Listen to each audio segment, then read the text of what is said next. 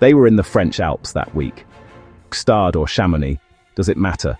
One of the usual places. Epstein liked chalets, stone timber homes that kept no records and came with staff trained in discretion. It made up for occasionally having to ski. Prince Andrew was lounging under a polar blanket, not particularly interested in the snow outside. His eyes were on the TV. The sound was low. A Canadian boy was racing. Snowboarding, a sport just barely on the radar of anyone with titles or money in 1993. But the boy's name flashed across the screen. Ryan Wedding, Thunder Bay, Ontario. Epstein lowered his coffee and tilted his head. That's the one I was telling you about. Ryan James Wedding was 12 years old and still unknown outside Canadian snowboarding circuits. But the race that season, the one that got him noticed, was a junior competition in British Columbia. He had just moved from Thunder Bay with his family, but their influence and footprint remained rooted back east. The Weddings had money. He'd grown up on the family's private ski resort in Ontario, an expensive property to upkeep, Epstein noted. That made the carrot more obvious, and you always start with the carrot, the Ryan James Wedding grew up as the favored child in a family that treated the outdoors as inheritance. Skiing wasn't a pastime but a shared creed, and with a private hill at his disposal, Ryan was on skis almost as soon as he could stand. His grandfather put him behind the wheel before he could reach the pedals. His father let him sit for hours at a drafting table drawing meticulous scaled buildings. The stillness of that precision lived beside an appetite for risk, riding his bike alone down remote logging roads, slipping into neighbors' garages to handle their tools, testing boundaries because no one ever told him not to. Nothing in his childhood was chaotic or deprived. He simply learned early that competence earned freedom, and that fearlessness was expected of him rather than corrected. They say he was a snowboarder, a promising athlete. They say he went to the Olympics. They say he got involved with cocaine later, and that the descent was fast. But that's all a dodge, because the real story doesn't start on the podium. It starts with the mountains. There is a quiet triad of mountains underpinning the origin story. 3 private ski resorts, each owned or controlled by a central figure in this narrative: Jeffrey Epstein, Prince Andrew, and Ryan Wedding's uncle, Craig Spiess. Epstein's ski-in, ski-out chalet in Vail, Colorado, obtained via a trust transfer from Libet Johnson in the late 1990s. Andrew's access to the Verbier estate in Switzerland, co-owned with Sarah Ferguson until 2022, and Spiess's long-held ownership of the privately operated ski hill in Thunder Bay, Ontario, form a triangle not just of geography, but of social and operational infrastructure.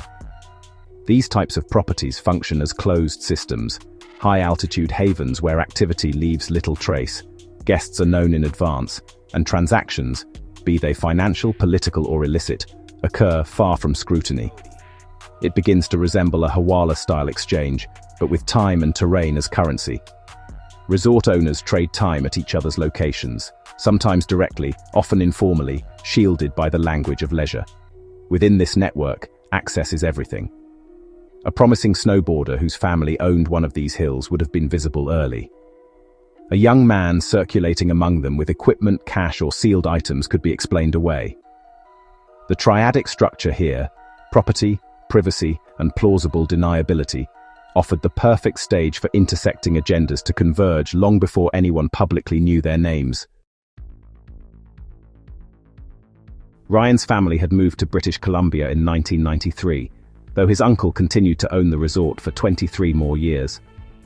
But the environment that enabled this had already been built.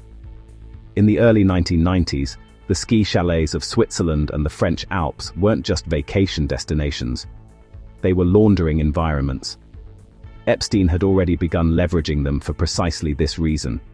Elite enclaves with low scrutiny, constant cash flow, and cultural norms that masked operational secrecy as wealth eccentricity. He had ties to financiers, royals, politicians, and shell corporations disguised as investment vehicles. What Epstein needed was not girls. That cover would come later. What he needed were logistics solutions. Someone who could reliably cross borders, pass through security, and carry items, currency, documents, access devices, without inspection. And that's where wedding fit. A teenager, on the rise, smart enough to follow instructions, desperate enough to believe in mentorship, and isolated enough to be controlled. They came up with the perfect cover, the bear. It didn't belong to him, not originally, and anyone who actually knew him would have said as much. But once it was there, it became part of the script. Always in hand, always in photos, always just present enough to be noticeable but harmless. It was the kind of thing people remembered vaguely, if at all. Quirky, sweet, maybe even a little sad. It drew attention the way a magician draws your eye before the trick. But the real function was practical. The bear was dense enough to be gutted and refilled, sewn and re-sewn. It was soft, resilient, compressible, and never questioned. It could hold cash, keys, codes, or a chip, and move through airports, hotels, and border checkpoints under the smiling indulgence of adults who thought they were seeing a boy clinging to comfort. In reality, it was the uniform of a role he never chose, but learned to play to perfection.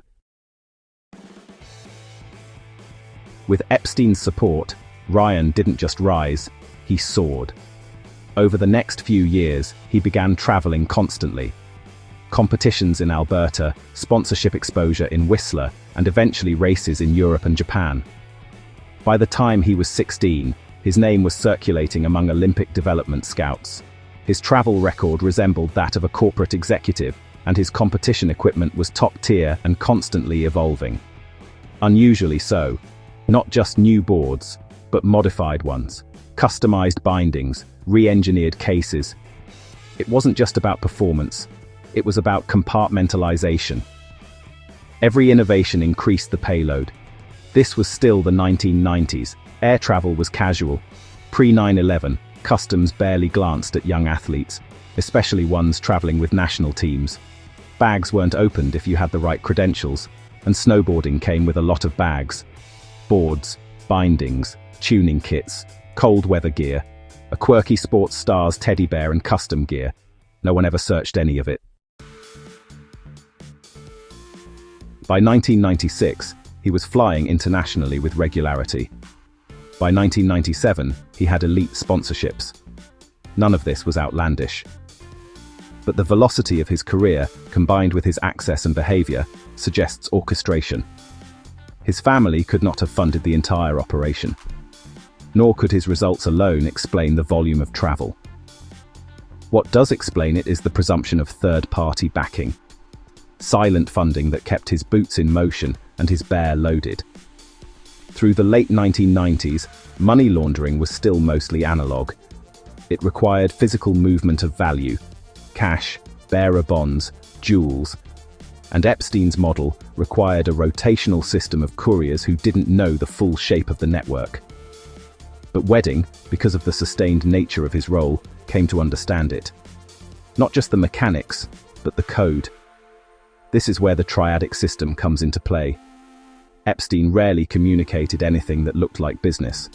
His emails, as later confirmed in partial disclosures and testimony, were composed with intentionally childish affect. Spelling mistakes, erratic punctuation, rambling prose, but there was a structure. The key to deciphering it lies in triadic coding, a principle borrowed from Cold War cryptography and early laundering operations. Each triad sat within a phrase, and phrases were separated not by punctuation, but by character doubling. 2 commas, 2 exclamation points, 2 vowels in a row. The breaks signaled compartmentalized payloads of information. The emails look salacious to the untrained eye. Talk of dollhouses, swimming bears, butterfly rides, always laced with misdirecting sexual innuendo. But the trained eye sees the pattern of punctuation by strange use of double commas and seemingly misplaced words. And within these messages, there were triadic units. Symbolic phrases, each carrying one element of a transactional logic. Some indicate origin, transit, and destination. Some sender, courier, and recipient.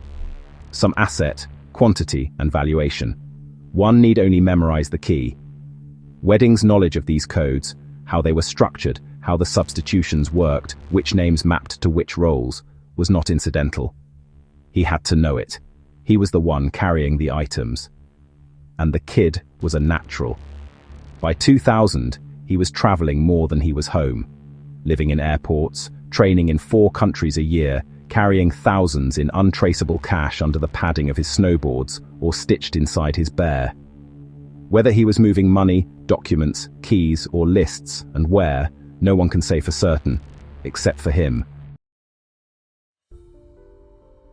But then, in 2001, money laundering underwent a dramatic shift from physical cash-based systems to digital financial architecture.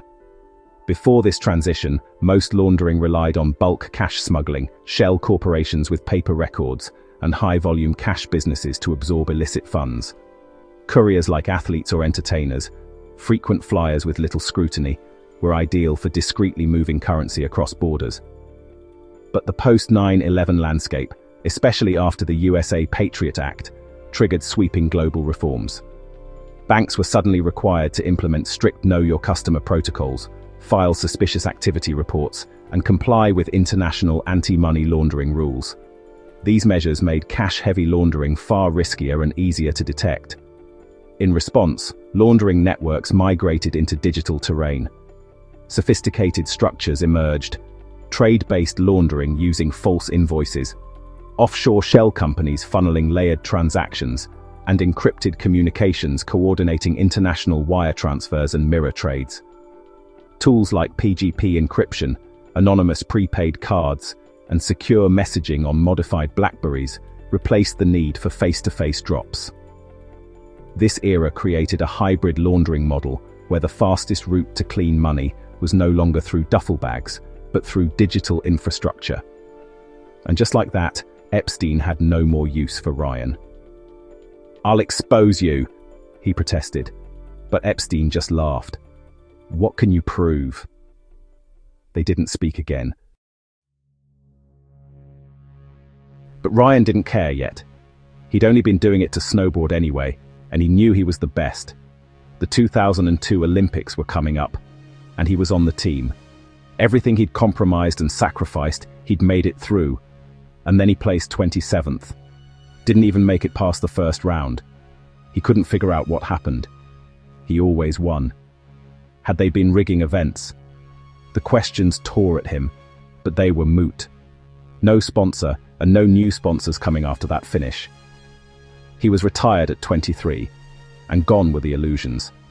All he had left were the memories of helping the richest people in the world commit crimes, and the knowledge that they had just thrown him away. But he would figure out a way to make them pay.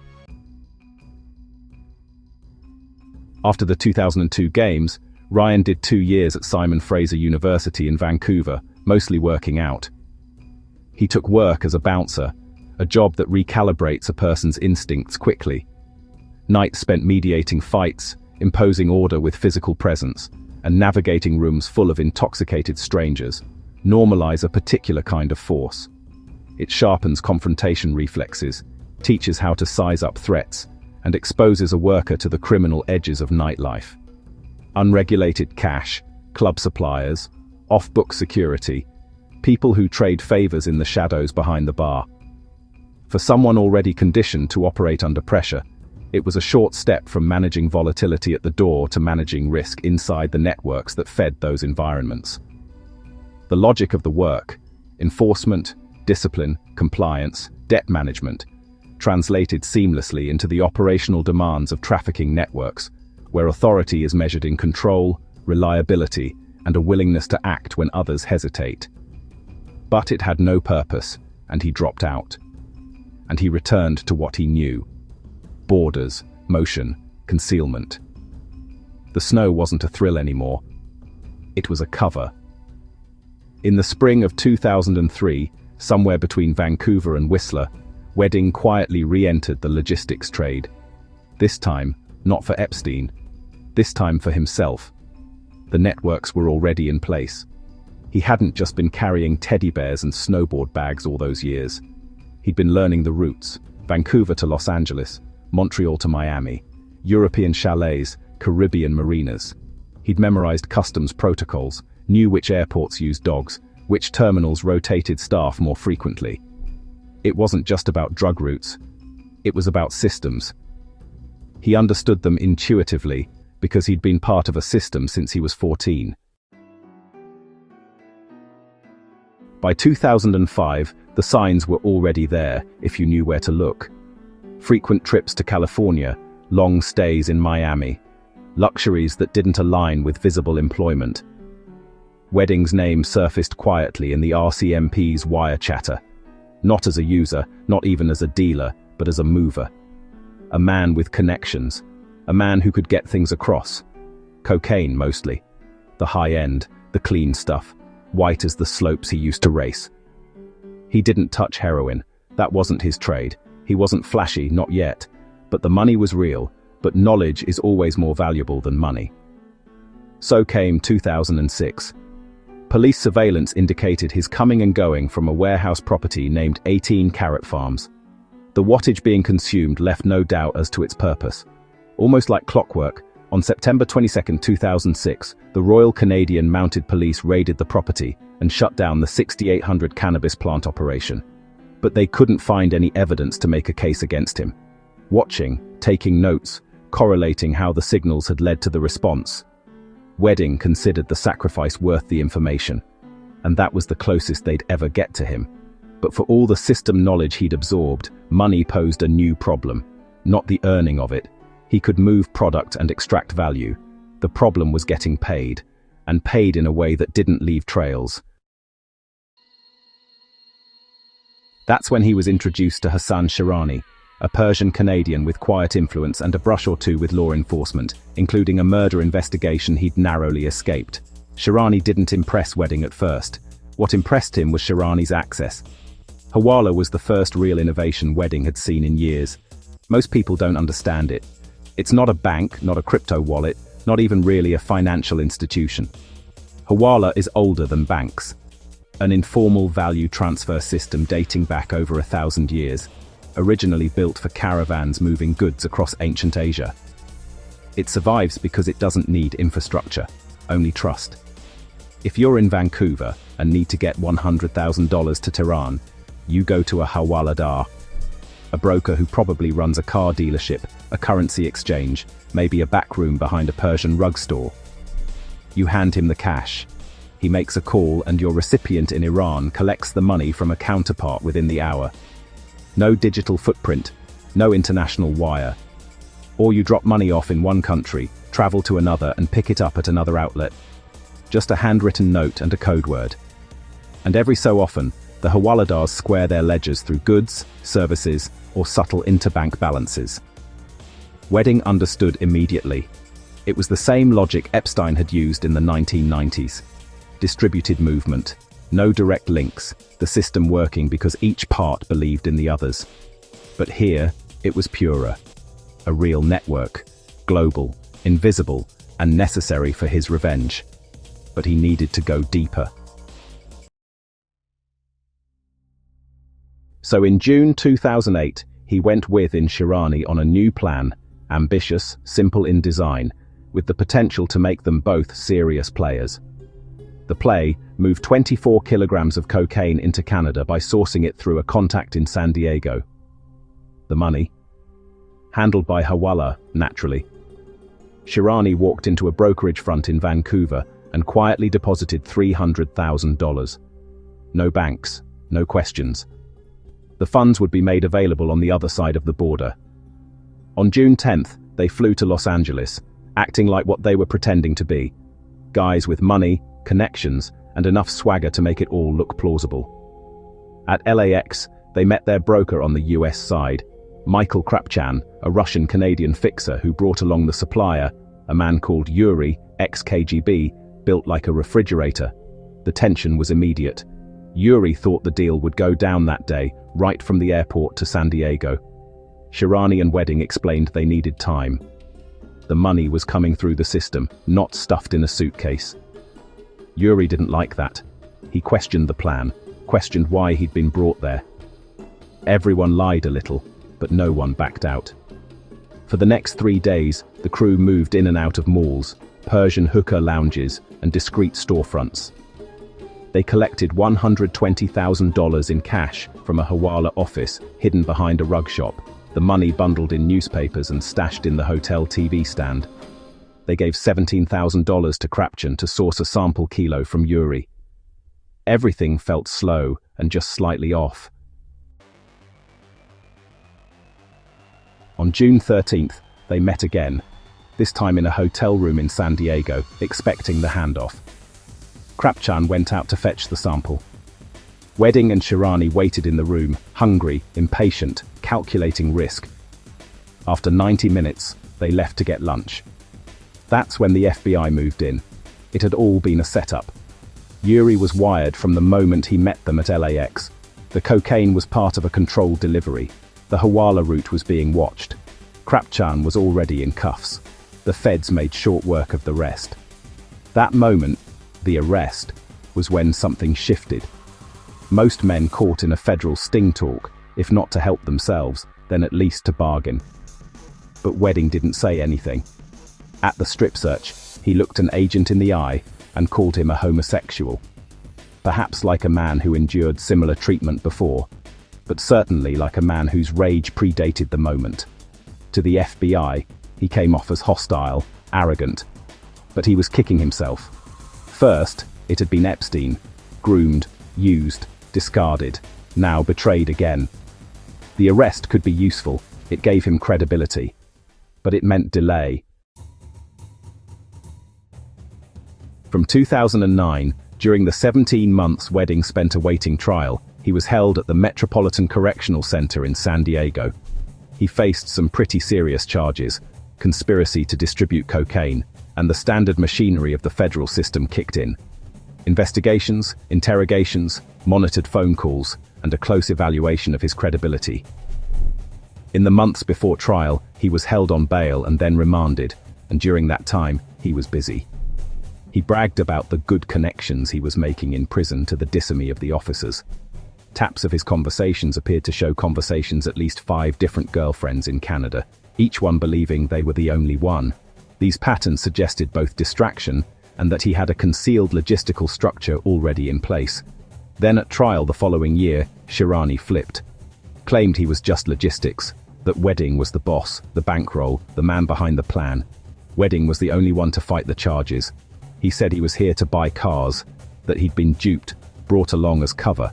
The courtroom, it became a battle of perceptions. Wedding, inexpensive Ed Hardy, bulky from training or steroids or both, silent and coiled. Shirani in a suit. The jury found Wedding guilty of conspiracy to distribute cocaine. 80 to 100 months was standard for such crimes. But at his sentencing hearing, Wedding got 48 months, minus time served, allegedly on the basis of an oral statement of contrition. On Valentine's Day 2011, while still incarcerated, Wedding married an Iranian-Canadian woman. The exact circumstances of how they met remain undisclosed. The timing and the rapid shift in his personal relationships suggest a strategic pairing, a marriage that may have been arranged or facilitated to serve purposes beyond affection, particularly to connect him to Iranian-linked money laundering networks, or maybe to provide a cover legitimacy within Vancouver's finance and real estate scene. Shortly afterwards, by late 2012, he was back in Canada, though the circumstances are murky. While he may have been deported, there are no mentions of such an order in his wanted notices. For a non-citizen convicted of a major drug offense to return to Canada without a paper trail strongly suggests some form of cooperation, though none has been admitted by American officials. Later in 2012, shortly after Wedding's return to Canada, his new wife became a person of interest in a troubling case, a Vancouver area kidnapping in which a man was held captive for 20 hours and threatened at gunpoint. Wedding was never charged in the incident, but circumstantial details do raise questions. Police reports note that the victim was in direct phone contact with Wedding's wife during the ordeal, a fact she has never publicly explained.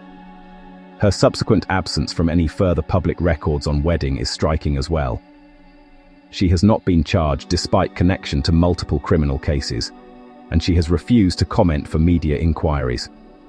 One plausible interpretation, supported by the timing and patterns, is that Wedding used the incident to sever ties, possibly by revealing to the victim that his wife had been acting as a conduit or surveillance asset. If so, the phone call was a signal, not to coordinate, but to expose. From that point on, she is functionally erased from his story, and her silence suggests either institutional protection, fear of reprisal, or a forced exit from the network they had once shared. Between 2012 and 2014, Wedding established residence in Coquitlam, British Columbia. He declared bankruptcy, reported no income, and leased a large pickup truck. On paper, he appeared broke. In reality, he was moving in circles tied to large-scale laundering. By 2014, he adopted a bankrupt front while quietly aligning himself as a broker between Iranian-Canadian financial networks and narcotics proceeds. In 2014 and 15, key events revealed the full shift of his role from courier to broker. In 2014, he filed for bankruptcy, likely a false front supporting covert reintegration into the laundering grid. In 2014 and 15, the Operation Harrington investigation by the Royal Canadian Mounted Police identified him as the man in charge of a major cocaine import and laundering network that spanned Iran-linked money flows and the Mexican Cartel logistics network. And in 2015, when charges were laid against many involved, Wedding was already vanished. Absent from arrests, untouched by police. That disappearance signals more than evasion. It suggests extraction via a safe corridor and full embedding with the Sinaloa cartel or an equivalent protected structure. By 2014, he was operating from Mexico, outside Canadian jurisdiction, invisible to most law enforcement. His trajectory had fully shifted, from teenage athlete carrying a teddy bear and snowboard to transnational broker controlling routes of drugs, money laundering networks, and the codes of covert finance. When Operation Harrington's raids swept Canada and Montreal, they found the network, but not Wedding. He had already moved on. The official version of events goes like this. Sometime in early 2024, the US and Canadian authorities finally found their crack in the armor of Ryan Wedding's billion-dollar smuggling empire. A man named Jonathan Acevedo Garcia. Canadian-Colombian, mid-tier logistics, reportedly a long-time associate of Wedding's second-in-command, Andrew Clark. The story says that Acevedo flipped, gave up the network, and sparked Operation Giant Slalom, the largest cross-border narco initiative targeting a Canadian-born suspect in a generation. By fall of 2024, the DEA had made their move. Homes were raided, trucking fronts were shut down, and 14 arrests were made. Then came Guadalajara. Clark, Wedding's number 2, taken down during a Mexican Navy sting in October. But there's a problem with this story. Acevedo was never arrested. He was living freely in Medellin, Colombia, after supposedly turning informant on one of the most dangerous cartels in the world. No custody, no witness protection. Just lunch at a mall food court until a man with a silenced handgun walked up behind him and put 5 in the back of his skull. And just like that, the state's star witness disappeared before he could testify. The case collapsed into uncertainty. Charges hung in limbo. Trials delayed. But what if the premise is wrong? What if Acevedo Garcia never flipped? What if he didn't even know his name was being used? What if Ryan Wedding impersonated him, anonymously, through burner channels, encrypted message drops, and controlled leaks, to turn in the entire operation from the outside? That would explain the timing, the precision, the sudden arrests across jurisdictions, the use of real, verifiable information to produce maximum damage, but in a way that preserved Wedding's own position. It would also explain why Acevedo was left dangling in Colombia with no protection. Because he had no idea. Now, why would Wedding do that? Because that's the pattern. Epstein groomed him as a teen, then cut him off and discarded him. Shirani used him, lied about their roles, then flipped at trial. The Canadian government ignored the signs. The US authorities tried to leverage him, then lost control. Every institution he was part of tried to use him. So he started using them back. Wedding doesn't trust criminals, but he doesn't trust governments either. His life is a burned bridge. And if you follow the sequence, it reveals someone who never forgets, never forgives, and never stops watching. He was trained by a global predator, then dropped into the bloodstream of elite crime. He knows how laundering works. He knows the courier routes. He knows the codes. And now, he's the last one alive who does. The scenario is less far-fetched than it might seem at first glance. If Wedding fed the US details under Acevedo's identity, he could offload disposable components of the cartel structure in Canada. He could clear out rivals who were drawing attention or skimming from the top. He could even position the cartel itself to take the fall, inviting scrutiny from governments already eager to dismantle foreign drug networks, or perhaps simply guiding their assets where he wants them in the Caribbean. And all the while he remains untouchable. No prints, no voice, just data. And once the job was done, Acevedo was the contact with Canada. If the Canada operation was blown, the cartel's usual narrative would become self-fulfilling. And the last man alive who could dispute any part of the story is gone. But why now? Look to the pattern. Wedding didn't vanish in 2014 because he was scared. He vanished because he was ready. He left with a plan, and he needed resources. Now he has them. Which brings us full circle to the end game. If Wedding could dismantle the Sinaloa network in Canada with a few encrypted message drops, now imagine what else he could do with his billions. He took out a pipeline that spanned 3 countries, 6 trucking firms, and a multi-ton distribution channel. He did it with no organization, no warrant, and no backup. And yet, for nearly a year now, he has been biding his time. Because he needs one more thing. The files. The money trail that only he can decode. Every financial crime Epstein ever facilitated, and all the guilty, and all the hidden gold. And that's what has the powerful scared. Because Wedding doesn't move for money anymore. He moves for revenge. And now he only needs to wait, because the files are scheduled to be released by law within the month. And so, on November 19th, 2025, immediately after the Epstein bill passed, the FBI's reward for Ryan James' Wedding was raised to $15 million, the highest reward ever offered. Because the only way to bury a secret that dangerous is to bury the man who carries it. And so the race is on.